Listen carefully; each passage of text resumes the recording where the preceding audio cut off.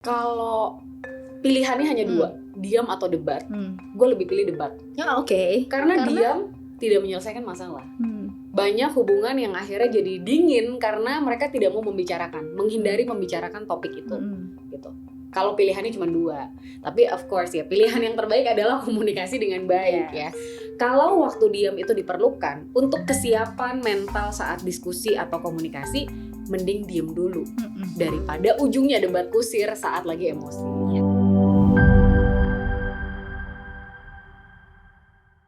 Halo, gue Tessa dan kali ini kita kembali lagi di Life Talk. Dan hari ini kita akan ngobrol-ngobrol bareng. Yang pertama ada Hai, kenalin semuanya, nama gue Hani. Saat gue join Life, umur pernikahan gue itu 5 tahun.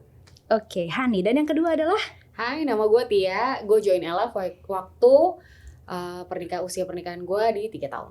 Oke, kalau gue sendiri sih join Life waktu pas usia pernikahan gue 12 tahun. Wow.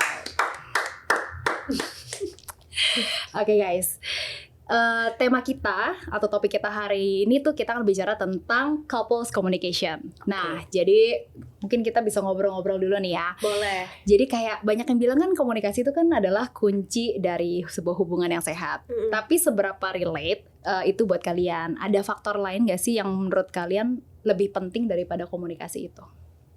Gue mau denger Hani dulu dong. Gue dulu. Oke.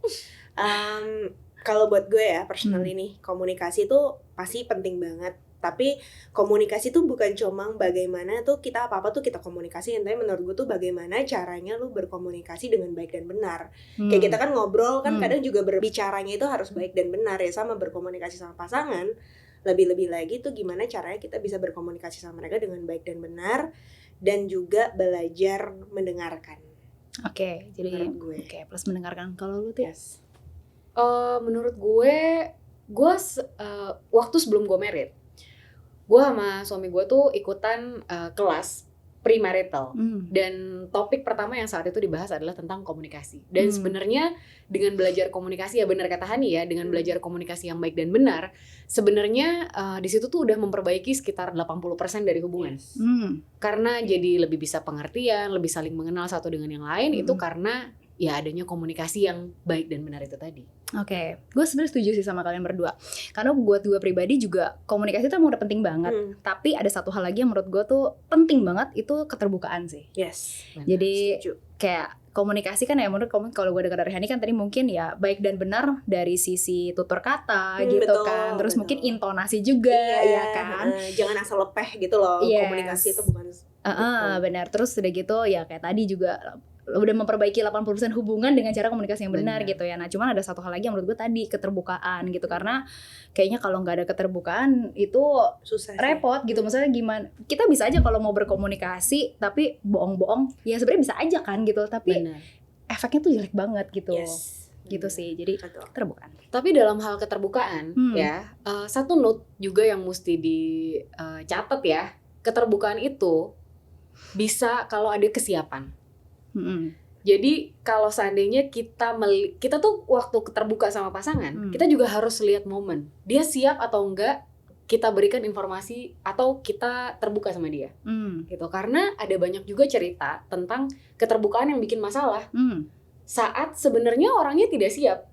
Gitu loh. Kayak misalnya kita kan sering nih training di Life ya kan. Kita dapat banyak informasi, terus tiba-tiba kita terbuka tentang suatu masalah yang sebenarnya pasangan nggak siap, gitu. Itu nantinya bisa jadi ribut juga. Jadi balik lagi mungkin bisa kita bilang waktu yang tepat lah. Benar. Ya setuju nggak sih? Kalau dia lagi bete, dia lagi ini, tiba-tiba kita ngaku kita habis beli tas gitu kan, misalnya gitu kan.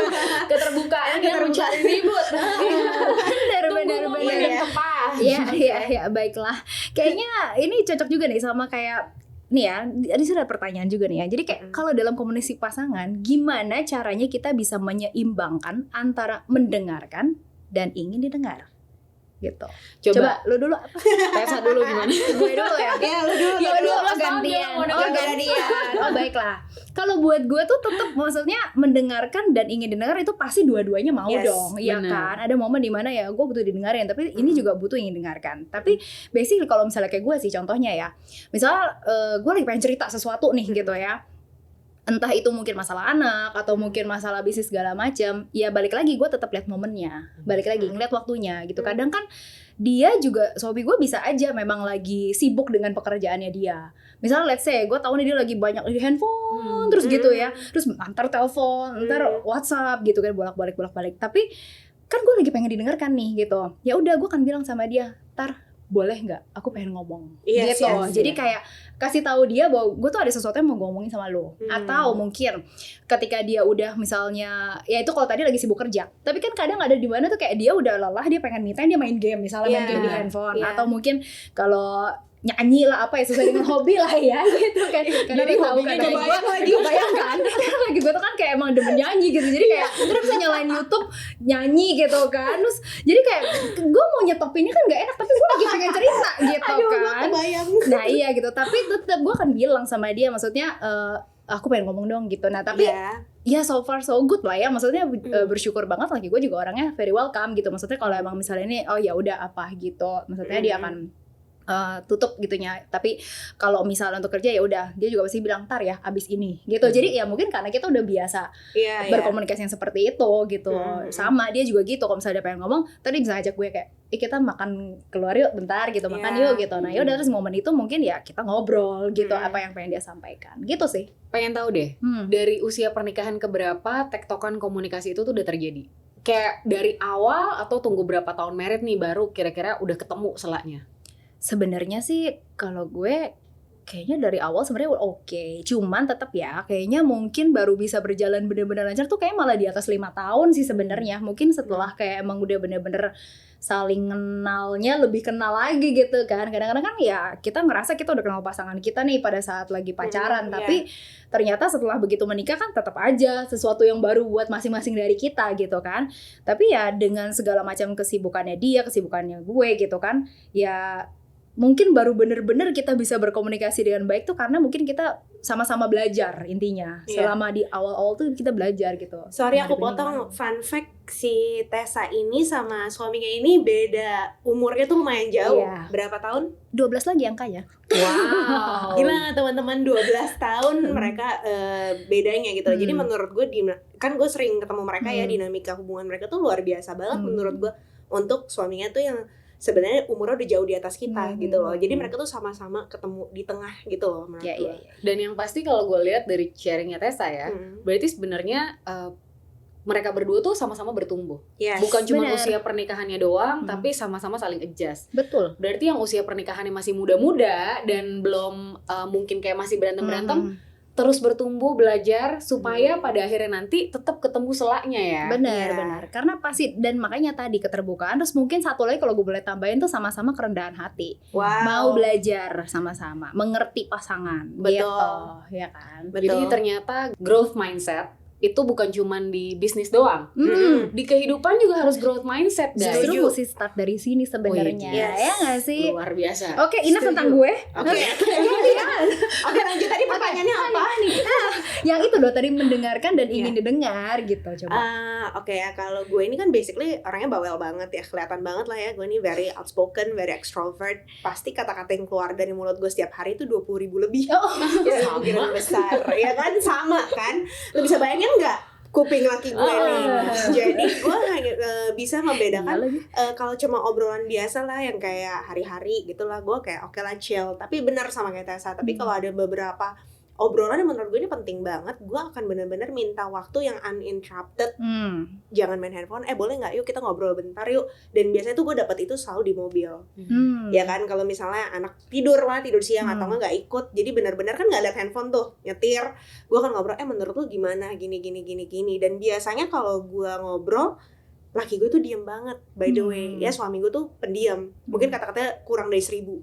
Tapi dia akan ngomong juga, terpancing juga akan ngomong. Jadi kayak sama-sama ngomong, sama-sama mendengarkan, dan sama-sama ngobrol tuh di saat yang bener-bener uninterrupted itu sih menurut gue. Jadi ya seberapa sering sama. Ya. Jadi bisa gue simpulkan sebenarnya ya memang kalau emang kita lagi pengen ngobrolin hal sesuatu ya memang benar-benar yang uninterrupted aja sih sebenarnya gitu ya. Quality kan. Quality time. Kita sampaikan bahwa kita lagi pengen komunikasi yang uninterrupted, sehingga dia juga siap gitu ya terima informasi dari kita. Termasuk kita ya, kita kan kadang juga sering banget tuh dengerin orang tuh masuk kuping kiri keluar kuping kanan, padahal kadang ada beberapa omongan yang dia pingin banget dengerin apa sih pendapat kita gitu loh, ya kan? Ya sama sih, jadi vice versa sama. Oke. Kalau lu coba ceritain. Sebenarnya mirip sama Hani. Laki gue tuh orang yang pendiam gitu. Jadinya kadang sebenarnya gue tahu setiap manusia pasti punya rasa ingin didengar. Tapi karena dia ngomongnya nggak banyak, kadang tuh harus dipancing. Jadi kalau menurut gue malah yang lebih sering terjadi di rumah gue adalah gue ngomong, "Opa, ngomong dong."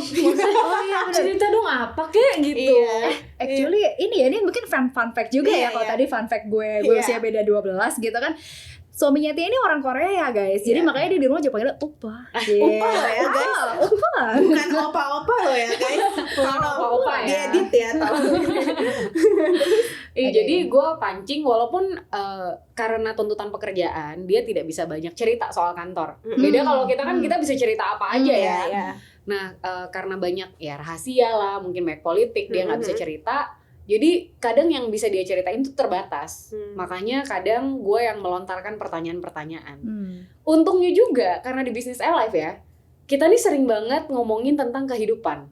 Kayak what's your dream, apa yang kamu harapkan 5 tahun lagi tuh apa sih yang lo cita-citain. Hal-hal kayak gitu tuh yang juga sering gue tanyain ke dia. Supaya dia sebagai orang dewasa, kita tidak melupakan jati diri kita tuh siapa, tapi bisa inget kembali sebenarnya dalam hidup ini tuh apa sih yang kita kejar. Gitu. Exactly, karena gue juga sebenarnya sejak di Alive ya justru ya. Jadi kan ya kita tadi ngomongin dreams, ngomongin macam-macam. Terus yang kayak tadinya mungkin gue pikir, oh ya anak-anak udahlah nanti kita sekolahin di mana. Misalnya let's say kita mikir yang dekat dulu yang Singapura deh gitu misalnya. Tapi setelah dengan anak-anak Alive terus melihat bahwa ternyata penting ya dia bisa dapetin networking yang lebih baik atau yang kayak gimana. Terus kita jadi mulai berpikir, oh ya coba ya mungkin lebih jauh lagi seperti apa. Terus kayak ngomongin dreams juga sama. Kadang-kadang kan kita sebagai istri punya dreams, suami juga punya dreams. Setuju kan? Belum tentu sama. Dan belum tentu sama gitu. Nah jadi disitulah momen dimana kita tuh bisa jadi bahan obrolan kita, bahan komunikasi kita. Jadi kita tahu sebenarnya gitu punya dreams apa sih gitu. Terus kayak gue punya dreams apa, itu yang kita sharingin gitu. Malah obrolannya tuh jadi lebih berkualitas ya. Exactly. Bukan gitu. cuman kita berbagi rumah. Biasa aja. Atau mungkin cuma sekedar kayak gue pusing deh mana kayak ini anak hari ini bikin ribet gitu. Jadi bukan cuman kayak gitu. Terus mungkin si suami juga menjawab kayak, lu nggak tahu kerjaan gue di kantor juga banyak banget bla bla bla gitu. Tapi kita malah bisa lebih banyak ngobrolin hal-hal yang positif banget gitu ya untuk keluarga kita ke depannya. Betul, setuju ya. Oke, nih banyak juga nih orang bilang ya kadang tuh lebih baik diem daripada debat. Nih, jadi berarti ini kayak mungkin kita bicara soal kalau ada selisih pendapat nih gitu ya. Nah, menurut kalian ini benar nggak sih atau justru bikin hubungan tuh makin toksik sebenarnya? Diem daripada debat. Oke, coba. Lu dulu deh, Ti. Kalau pilihannya hanya dua, diam atau debat, gue lebih pilih debat. Ya oke. Karena diam tidak menyelesaikan masalah. Banyak hubungan yang akhirnya jadi dingin karena mereka tidak mau membicarakan, menghindari membicarakan topik itu. Gitu. Kalau pilihannya cuma dua, tapi of course ya pilihan yang terbaik adalah komunikasi dengan baik ya. Kalau waktu diam itu diperlukan untuk kesiapan mental saat diskusi atau komunikasi, mending diem dulu daripada ujungnya debat kusir saat lagi emosi. Balik ke yang tadi pertama ya, kesiapan komunikasi. Oke, thank you Ti. Kalau Hani? Gue jawabannya tergantung. Gimana tergantung? Ya tergantung, karena ada kadang saatnya dimana emang sesuatu ini memang gak bisa lo harus ngomongin. Tapi kalau ada beberapa saat dimana gue tahu nih misalnya kondisinya dia energinya misalnya lagi low, atau enggak lagi susah banget lah kerjaannya. Kalau misalnya gue ngomongin itu terus malah rasanya tuh kayak serangan, ya gue kan memilih untuk diem dulu, cari waktu yang lebih tepat untuk ngomong gitu sebenarnya. Jadi pilihannya tergantung sih. Kadang bisa lebih baik diem dulu, kadang memang ini nggak bisa sih kalau didiemin lama-lama tuh malah menjadi bukit. Nah jadi gue tergantung sih, tergantung kondisinya. Lo? Gue sama, setuju sama kalian. Jadi balik lagi sebenarnya waktu, ya kan. Jadi maksudnya momennya lah, tunggu momen yang pas. Karena sebenarnya kalau kayak namanya selisih pendapat, bisa pasti, aja pasti ada. Selisih pendapatnya mungkin kecil, tapi karena mungkin perasaan yang lagi sensitif, Iya. lagi sibuk, lagi inilah segala macam, akhirnya jadi ngegas. Nah, ngegas itu menurut dia iya kan, menurut dia nggak ngegas, tapi menurut gue itu ngegas, betul. Gitu kan. Jadi kan sering kali ada gitu, ada momen-momennya. Terus kayak gue ngomong juga kayak perasaan gue ngomong biasa aja, tapi buat dia itu lu nggak biasa ngomong kayak gitu. Itu semua karena perasaan nih, mungkin hatinya lagi galau, lagi nggak enak gitu kan. Nah, jadi ya udah, gue akan tetap lihat, mungkin gue akan komen dulu tetap, misalnya kan karena tadi on the spot nih, misalnya gue nggak suka begini gitu kan. Tapi ketika misalnya dia udah mulai marah, ya udah gue diam gitu, gue diam dulu, mendingan diam dulu. Nanti kalau dia udah waktunya lebih tepat, baru kita ajak ngobrol. Tahu nggak sih kenapa tadi aku tuh nggak suka tuh begini gitu. Jadi ceritain ini segala macam. Itu pun juga ketika kita ngobrol gitu sih, bisa aja tuh muncul lagi gitu. Ya kamu habisnya ngomongnya begini gitu. Tapi ya udah, kalau gue sih juga orangnya gini. Kalau emang misalnya let's say gue tahu nih awalnya sebenarnya dia yang salah, tapi terus kan gue mau koreksi nih gitu kan, tapi kan ujungnya jadi ngegas nih.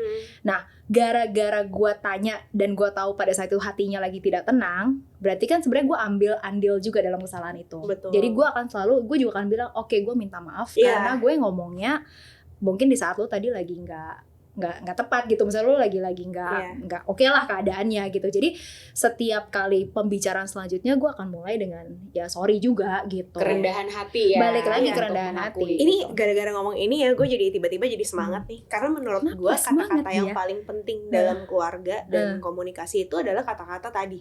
Bisa berani ngomong sorry, bisa berani ngomong thank you, bisa ngomong apa ya, please, tolong dong gitu loh ya. Tolong tuh penting banget dong. Bener. Jangan ambilin gue minum dong. Itu kan hal kecil ya. Tapi alangkah indahnya kayak lu tolong dong, boleh lemparin kaos kaki nggak ada lantai 2. Kan lebih indah kan, maksudnya pakai kata tolong gitu. Itu kan kaos kaki di rumah gitu kan biasanya. Tapi dibandingkan bilang kaos kaki bawa turun gitu kan aneh kan gitu. Jadi hal-hal kecil kayak gitu tuh menurut gue harus di-build lagi gitu loh. Jadi sambil ngomong juga sambil ngomong kayak gitu. Benar. Apalagi kalau kita pengen ngoreksi orang. Gue juga ngomong dulu loh, sorry nih. Iya, sorry nih, tapi boleh nggak? Gitu-gitu.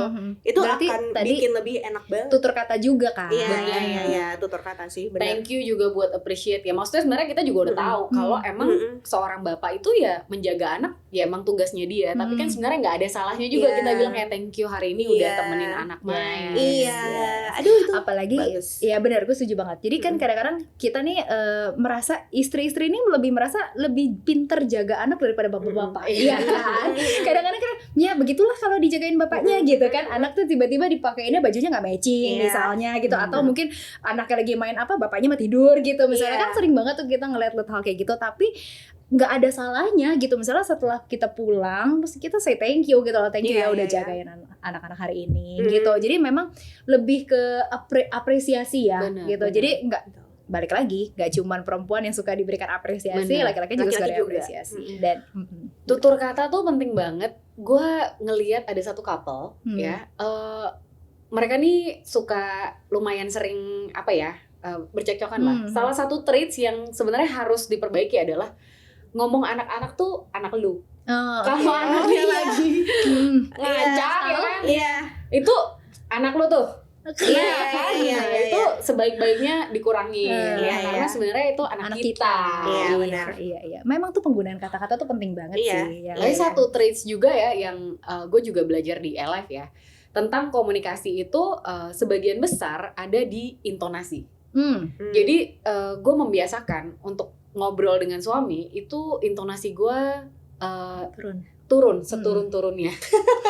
Ya, ini emang gue kebiasaan juga sih. Gue tuh kalau suara gue naik, itu berarti gue bercanda. Kayak gitu berarti gue bercanda doang. Tapi kalau gue udah serius, gue pasti ngomongnya turun. Gitu. Dan itu sebenarnya yang bikin gue, ya mungkin karena umur pernikahan sekarang baru 5 tahun ya. Jadi mungkin perkelahiannya belum banyak. Sebenarnya dihitung jari satu tangan tuh juga nggak nyampe. Gue debat sama suami gue gitu ya. Itu menurut gue salah satunya adalah saat kita ngomongnya tenang, gue menyampaikannya dengan tadi sebenarnya tuh aku ngerasa agak nggak enak loh. responnya tidak mungkin apa? Dia itu nggak mungkin. Aduh, aku tuh kebayang banget suami mereka masih Bener, drakor tuh juga banyak problemnya tuh di komunikasi yang nggak mau. Bener kan kita sendiri ya kalau ngeliat drakor ya Bener, gitu kan bener. mestinya begini dia kalau Iya, nggak iya. kalau dia nggak begini nggak mungkin terjadi kayak gini nih gitu. Suruh dia ikut LIVE ya biar belajar growth Asik. mindset bener gitu. banget gue setuju. Iya. Tapi kalau semua growth mindset nggak jadi drakor guys. bener justru itulah yang dijual ya nggak Iya. sih dramanya. Tapi anyway ya tadi kan lu bilang mungkin karena usia pernikahan gue baru 5 tahun maksudnya kayak belum banyak drama. Jangan salah loh, kalau menurut gue pernikahan itu makin panjang sebenarnya dramanya tuh makin less drama menurut gue. Kenapa? Karena ya tadi kita udah makin tahu mengenal satu dengan yang lain gitu kan. Terus apalagi kita benar-benar nunjukin komunikasinya memang benar-benar udah kita jalanin, keterbukaannya kita jalanin, kerendahan hatinya kita jalanin gitu. Jadi dengan kita makin kenal tuh malah jadi makin jadi best friend gitu loh. Maksudnya jadi makin sejalan gitu loh. Pengalaman lo gitu juga Han? Iya, menurut gue my best friend is my husband. Ya gitu. Manis banget ya. Tapi beneran gak sih, dia tuh menurut gue tuh best friend yang benar-benar best friend bakal pegang gue tuh For gila-gilaan gitu ya. Iya, best friend for life gitu loh. Kayak jadi juga tadi gue pengen nambahin ya sekali, kayak menurut selain komunikasi sebenarnya gue juga sangat menghargai yang namanya tuh open minded sebenarnya.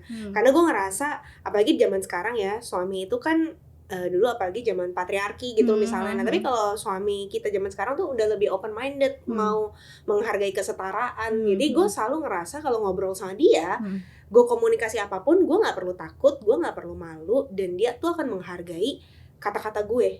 Jadi dianggap serius, lu ngerti gak sih? Bukan dianggap lu cemen, lu nggak ngerti apa-apa gitu loh, ya kan? Tapi benar-benar dia really think about it, terus open minded. Oh ya, menurut lu kayak gitu. Dan kalau emang itu terbaik buat keluarga kita ya udah oke gitu loh, nggak apa-apa kita ikut cara lo, bukan karena cara dia paling benar, bukan itu. Jadi menurut gue punya suami yang open minded juga sangat-sangat membantu sih sebenarnya buat komunikasinya jadi makin lancar ya. Setuju. Gitu. Mungkin ada sedikit yang mau gue tambahin dari lu nih Han, karena bicara soal open minded. Iya. Nah, sebenarnya tuh kan yang namanya suami istri tuh kan pasti ada keseimbangan nih maksudnya. Kadang tuh ada yang maksudnya nggak bisa lah, maksudnya suaminya terlalu otoriter juga gitu. Pasti kalau dia otoriter pasti akan menganggap istrinya pasti lebih rendah gitu kan. Begitu juga sebaliknya. Misalnya si istri merasa lebih hebat, lebih jago segala macam, pasti akan merasa ya laki gue emang cuma bisanya begitu doang nih gitu misalnya gitu kan. Nah, tapi gue sih ngerasa loh ya, kenapa? Karena gue kan backgroundnya dulu cuma ibu rumah tangga.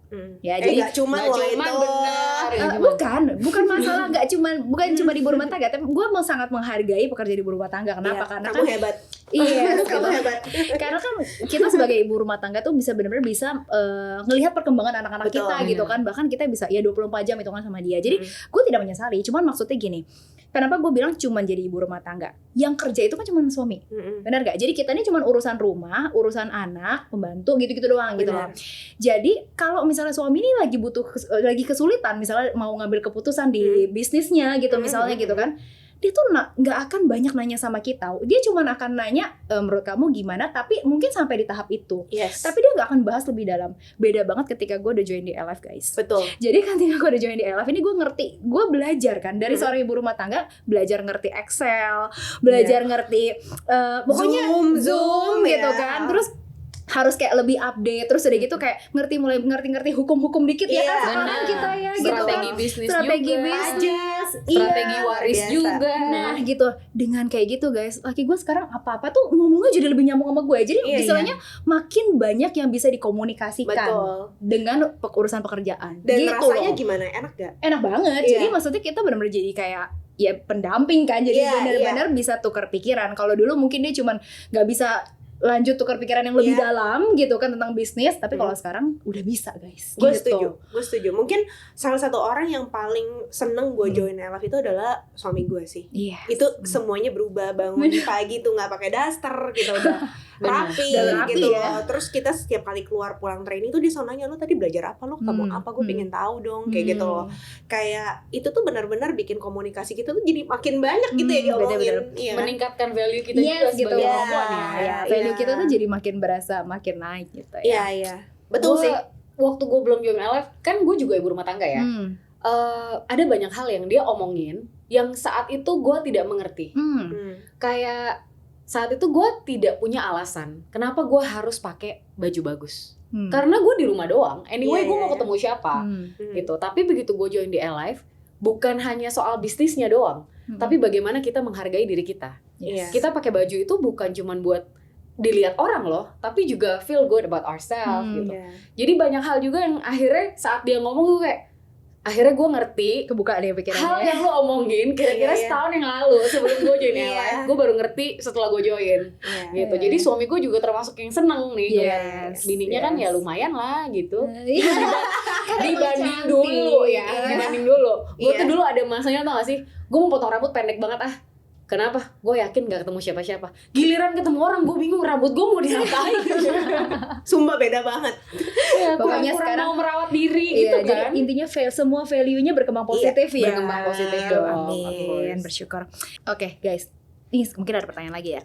Ada gak sih pengalaman atau insight dari hubungan pribadi kalian ya di rumah gitu ya, yang ternyata bermanfaat buat cara kalian berkomunikasi dalam bisnis? Berarti kebalik nih ya. Tadi kan kita dari bisnis banyak impact ke rumah, sekarang dari rumah ke bisnis. Coba Hani. Aku ada. Jadi mungkin nggak banyak yang tahu ya, kalau misalnya di Alive itu kan kita membangun tim, dan nggak jarang dalam tim kita itu tuh bukan orang yang single, tapi mereka juga pasangan.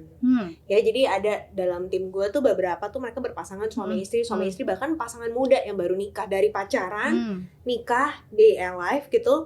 Dan gue tuh sering banget sharing cara pandang mereka kadang bagaimana mereka berkomunikasi. Gue juga sering kasih input dengan bagaimana cara gue dan CJ berkomunikasi gitu loh. Ya kan, baiknya sih kamu kayak gini ya ngomongnya, baiknya kayak gini. Karena kalau CJ kan mereka pada sebut suami gue gitu kan. Jadi gitu ya, kadang juga sering banget gue ajak suami gue tuh untuk kayak meeting bareng-bareng ini supaya mereka tuh lebih kekeluargaan lah gitu loh. Lebih lihat gimana caranya kita tuh berkomunikasi dengan baik gitu loh, dan akhirnya itu mereka juga pakai dalam kehidupan mereka gitu loh, malah membantu secara bisnis, rasanya udah lebih kekeluargaan, dianya pun juga bahkan dalam bisnis mereka jalanin ini bisnis berdua ya, juga lebih terbantu komunikasinya sih. Benar, jadi istilahnya mereka juga bisa ngelihat insight itu bukan cuma secara bisnis tapi juga untuk hubungan pribadi mereka ya gitu. Betul, jadi obrolannya juga nggak seputar bisnis terus gitu, tapi kehidupan. Betul. Asik. Gue dulu. Kalau gue tuh sebenarnya gini kali ngelihatnya ya, karena kebetulan kan kayak anakku juga 3 gitu kan. Nah jadi tuh iya, jadi kan kita nih pasti setiap orang tuh punya karakter masing-masing, sifat tuh beda-beda ya kan. Jadi gue sama laki gue tuh juga sama, kita tuh mengenal anak kita tuh dengan sifat yang berbeda-beda, berarti kita harus tahu cara komunikasi yang berbeda-beda dengan mereka tuh masing-masing yang seperti cocok apa, yang sesuai ya. Exactly. Misalnya kalau si anak pertama modelnya kayak gini, berarti kalau kita mau ajak, mungkin mau menasehati dia atau kayak gimana, mesti seperti apa. Si anak kedua gimana, anak ketiga gimana, karena kan beda-beda nih approach-nya. Nah itu yang gue bersyukur dalam bisnis juga jadi kayak gitu. Balik lagi, kita kan bangun tim ya, maksudnya kita bangun tim itu kan akan bertemu dengan banyak orang. Nah jadi dengan pengalaman gue di rumah gitu, yang which is kan gue juga gak mungkin menemukan itu sendiri. Maksudnya kayak misalnya, kalau cara gue ngomong sama anak gue yang gini begini-begini, tapi kalau kan bisa ada input dari laki gue gitu kan, kayaknya gak bisa deh, kalau misalnya itu mesti kayak gini. Jadi pertukaran pikiran kita itu, maksudnya how we handle our kids gitu kan, itu juga bahkan berguna buat sama-sama tim gitu. Jadi gue tahu nih karakter seperti ini sukanya apa, mungkin kita bicara soal love language-nya seperti apa gitu kan. Terus tim gue yang ini love language-nya seperti apa, karena kan kita bangun tim itu bukan cuma sekedar hubungan bisnis, tapi kita benar-benar mau yang long term ya kan, jangka panjang sih. Betul, karena kita berpartner ini kan partner yang long term gitu kan. Jadi kita mau pensiun bareng-bareng gitu kan. Jadi benar-benar kita harus bisa istilahnya tuh kayak merebut hati masing-masing gitu loh. Jadi dengan cara apa ya, kita harus tahu juga the way we communicate with them itu seperti apa. Gitu sih kalau gue. Setuju banget sama Tessa. Karena yang gue belajar dari rumah ya, kalau gue anaknya 1 ya kebetulan bukan 3, jadi bukan diversity tapi lebih ke bagaimana cara menghargai orang, love language-nya itu ya. Karena suami itu ngajarin gue sih tentang bagaimana kita menghargai diri sendiri dan kita juga bisa menghargai orang lain. Jadi menghargai orang lain itu tuh bukan merendahkan diri kita untuk mengangkat orang lain, tapi kita sama-sama saling menghargai. Jadi itu yang gue pelajarin dari rumah sih. Oke. Jadi dalam bisnis pun juga sama. Dalam bisnis pun juga sama. Ketika kita berpartner, kita leader. Sometimes orang tuh salah gitu loh. Leader itu dianggap sebagai ya lu bertanggung jawab untuk bantuin gue, lu harus layanin gue. It's not like that gitu. Leader itu membantu, iya. Dan bukan juga leader yang di atas, jadi lo di bawah lo harus nurutin gue dan lain sebagainya. Tapi bagaimana kita itu bersama-sama berpartner di level yang sama-sama bertumbuh, membangun friendship juga, membangun hidup juga, membangun kekayaan juga. Malah kayak suami istri ya, kadang kita sama partner kita ya. Sebenarnya gitu ya. Kan, jadi Suami istri di bisnis kan. Dia suami istri di bisnis, kadang tahu ya dia benar, oke gue kasih dia ngomong dulu. Kadang kayaknya nggak bisa nih, gue harus kasih tahu dia kayak gini, tahu membaca mood satu sama lain juga. Ya kan, itu kan kita pelajarin dari membaca suami kita. Betul. Iya kan, gue plus anak-anak nih. Iya, betul. Karena anaknya kan udah mulai dewasa. Iya, gitu. Udah teenage ya? Iya, teenager sih gitu. Atau udah dewasa nih? Belum lah, paling gede baru umur 15. Iya kan, 15, 14, 9 gitu. Jadi ya udah mulai diajak komunikasi tuh udah mesti bisa, kitanya juga mesti ngertiin dia. Itu fasenya gitu kan. Juga setiap fase juga berbeda, sama juga ya. Buat yang baru join gitu punya fasenya berbeda-beda. Benar. Lo udah makin kenal dia, berarti ya lo mesti kayak gimana komunikasinya gitu kan. Iya. Oke. Tadi kan kita udah sempat mention soal love language nih, ya kan. Nah, jadi sebenarnya lu apa love language-nya? Pengen tahu gue. Affirmation sih sebenarnya. Oh ya? Ya, jadi affirmation terus, tapi abis itu ya mungkin lebih ke affirmation sih. Kalau yang lain kayaknya gue nggak terlalu sampai kayak gimana. Mungkin kalau gue bilang gue bisa maksudnya nomor 1 mungkin affirmation. Gue act of service. Tos dulu mami. Asik. Gitu. Tapi benar sama. Gue pertama itu, kedua words of affirmation. Nah, mungkin gue lebih act of service mungkin lebih nomor 2 kali ya. Tapi gue suami beda atau sama? Suami gue kayaknya words of affirmation deh. Oke. Berarti dipuji itu ya? Sama kok, gue kayaknya hitungannya sama-sama. Pokoknya kita di antara dua itu, affirmation sama si act of service ya, sama di antara betul, di antara dua itu sih gitu. Suami gue jauh banget loh. Apa? Quality time. Bukan. Physical touch. Oh, wow. Hampir gue salah, gue bilang body language guys. Ya ada, bisa ya. Bisa. Nah iya itu tadi, kalau love language itu diterapkan di dunia bisnis tuh menurut lu bisa nggak gitu kan? Terus kayak misalnya ya cara lo menghadapi klien atau mungkin ya sama sesama tim juga gitu. Bisa nggak? Bisa Bahkan justru harus gak sih? Iya harus. Karena kita harus lihat gitu kan, partner kita itu senengnya apa, supaya kita lebih tepat sasaran. Jadi kita nggak buang waktu nih. Iya. Ya kan. Kalau seandainya lo sukanya words of affirmation, tapi terus lo gua bawain makanan, gua antar jemput, ya bukannya nggak berguna, tapi kurang tepat sasaran. Iya, benar. Ini actually fun fact, kalau misalnya di dalam bisnis ini kan kita kan juga bukan cuma punya tim di bawah kita, tapi kita juga punya tim di atas kita, which is leader kita ya. Nah, leader gue ini orangnya suka banget sama quality time. Jadi dia itu tuh suka banget tuh kalau kita semua tuh ngumpul bareng-bareng makan nasi padang kayak gitu loh. Kayak gitu tuh bagi dia tuh hati dia tuh full banget. Dan tapi kan kalian tahu ya, tadi kan gue bilang kalau gue itu tuh words of affirmation, sedangkan dia itu sulit banget untuk memberikan words of affirmation. Tapi literally karena bener-bener loh ya, ini beneran, ini serius terjadi, dia itu sampai belajar banget untuk gimana caranya muji gitu loh. Bahkan bukan muji berlebihan ya. Jadi words of affirmation bukan selalu memuji, tapi gimana juga bisa menguatkan secara kata-kata, ya kan? Karena bagi dia penting dengan tulus. Ya. Tapi buat dia tuh sulit, tapi dia belajar. Pertama-tama mungkin kasih gue buku, terus dalamnya tulisannya thank you ya Han, kayak gitu. Tapi itu jarang banget terjadi ya. Kalian tahu ya leader gue siapa ya? Itu susah banget terjadi buat dia, tapi dia belajar. Jadi I really appreciate gitu loh. Malah jadi bener banget kalau love language bisa diterapkan dalam bisnis, itu malah harus. Jawabannya harus, bukannya bisa. Sulit loh buat orang itu buat memuji. Dia sampai harus mikir, apa ya mau gue puji ya? Kayaknya rok lo bagus hari ini deh. Beli di mana? Kayak gitu aja. Tapi itu belajar supaya dia ngomong sama orang lain juga bisa kayak gitu. Buat orang yang nggak biasa muji, itu bahkan muji aja tuh harus nyari dulu ya. Apa yang bisa gue puji? Biasa aja semua gitu kan pikirannya ya. Iya. Itu perlu latihan. Jadi sebenarnya kalau seandainya kita ngomong, gak cocok nih love language-nya, sebenarnya tinggal belajar aja. Balik lagi, jangan stuck. Growth mindset. Iya. Kalau mau pasti bisa sih. Bukan masalah bisa nggak bisa, tapi mau nggak mau. Benar. Nah, kita kan ketemu dengan tim, ketemu dengan partner, ketemu dengan tim, ketemu dengan customer tuh juga sama kan. Maksudnya kita bisa ngelihat kan nih, oh nih orang-orang ini gayanya seperti apa sih gitu kan, kayak gimana. Tapi karena kita justru ini ngelihat how to, misalnya love language itu harus seperti apa tuh, jadi kayak gue makin lihat ya ternyata ini cara untuk kita belajar untuk kayak gue ke anak-anak gue gitu. Jadi gue sama suami gue suka cerita gitu, kayak gue ketemu nih ya ternyata mereka tuh begini. Kayaknya kita harus mengusahakan supaya anak kita tuh jadi kayak gini gitu, bertigaan tuh kayak gini. Terus kalau kita ketemu ini kita suka bahas gitu, maksudnya kalau kayak gini tuh sebenarnya emang kayaknya nggak boleh gini. Bahkan kadang-kadang case-case kayak gini gue tuh suka cerita ke anak gue. Jadi kayak ini mami punya teman begini. Menurut kamu baiknya gimana? Gitu, gue suka kasih case ke mereka gitu loh, sampai kayak mereka ya harusnya begini. Nah, gue senang banget dan suami gue adalah tipe yang bener-bener tuh kalau ngomelin ke anak gitu, kita tuh ngobrol berlima di mobil rata-rata gitu ya, di jalan ya, berlima di mobil, dikasih case sama dia. Jadi kalau case kayak gini menurut kamu gimana? Terus kalau misalnya dia yang salah, kenapa gue marahin lo? Salah lu di mana? Jadi lu salah atau benar? Salah nggak gue marahin lo? Soal cerita ya. Iya, semua cerita. Benar gitu, dan itu kelihatan banget nih.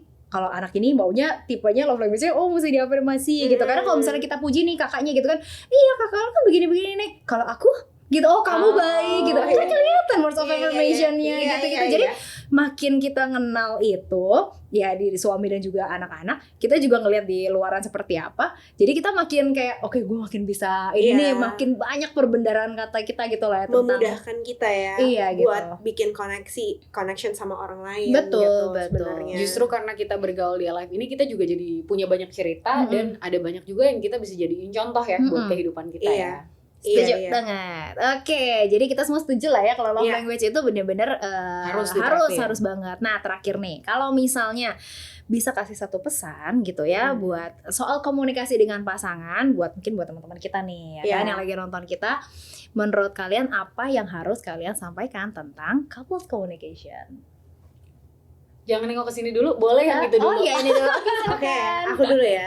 Kalau buat aku sih sebenarnya simple ya. Marriage is a commitment, is a choice that you make every day. Jadi menurut gue, kalau lu udah mikirnya mau nikah sama orang ini ya, berarti lu mengusahakan segala yang terbaik sama orang ini, which is ya caranya dengan tadi ya, komunikasi, mindset, trust, respect. Nah, kalau kayak gitu terus dilakukan, makin lama kita akan semakin baik hubungannya, dan akhirnya kita jatuh cinta banget lagi sama hubungan ini. Bukan jatuh cinta sama orangnya loh ya, maksud gue jatuh cinta sama hubungan ini, karena emang best friend itu best friend for life tadi ya.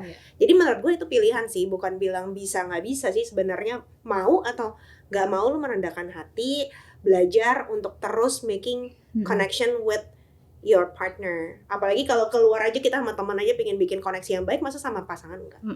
Gitu sih. Mantap Hani, thank you. Kalau dari lu tuh ya, komunikasi tentang pasangan ya. Menurut gue penting banget untuk antar pasangan itu dibicarakan keinginan, visi misi dari kenapa kita married, what kind of a marriage that you want gitu. Gue bilang sama suami gue mau pernikahan yang jujur. Jadi jangan pernah bohong. Kalau bisa, ya sebisa mungkin jangan bohongin gue gitu.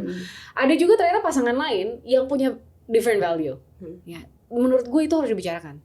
Dan setelah itu terus belajar untuk punya komunikasi yang baik, kerendahan hati, keterbukaan, dan semuanya itu penting banget buat kita sama pasangan tuh tahu visi misi sama apa jenis pernikahan seperti apa sih yang kita mau gitu. Kalau buat gue sama pasangan, gue berharap punya pernikahan yang jujur dan terbuka. Ya. Mungkin pasangan yang lain punya value yang beda gitu. Kalau gue bohong-bohongin dikit, menurut gue nggak masalah sih. Ya terserah, yang penting itu dibicarakan. Jadi ada keterbukaan, ada yang jelas gitu loh. Kita sama-sama menginginkan hal yang sama. Value yang sama. Jadi sebenarnya persis banget sama yang Hani bilang, karena kita mau best friends for life ya. Lu sama best friend lu ngapain berantem mulu, udah lu pilih ya udah lu beresin lah gitu sih. Exactly.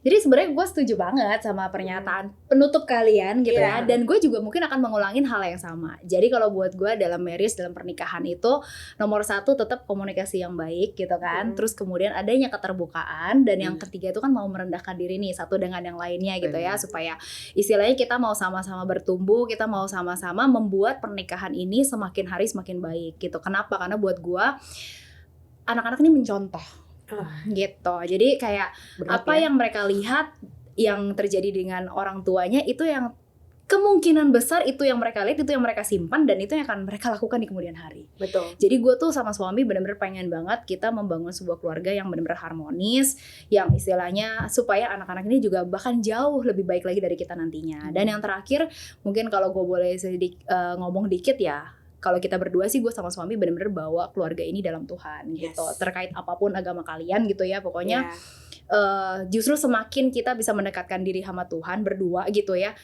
kan makin sering kita berdoa bareng dan lain-lain, itu justru makin melibatkan Tuhan lah dalam apapun kehidupan keluarga kita gitu. Jadi kita tuh nggak semena-mena, oh gue suami ya gue berhak begini-begini, istri gue berhak begini-begini gitu. Akhirnya nggak ketemu nih gitu. Tapi kalau kita berusaha merendahkan diri dan membawa itu misalnya setiap kali masalah sama Tuhan gitu kan, ya biar Tuhan juga ikut campur tangan supaya kita keluarga ini tetap baik, tetap tenang, apapun keputusannya itu bisa diselesaikan dengan baik lah, yang terbaik gitu.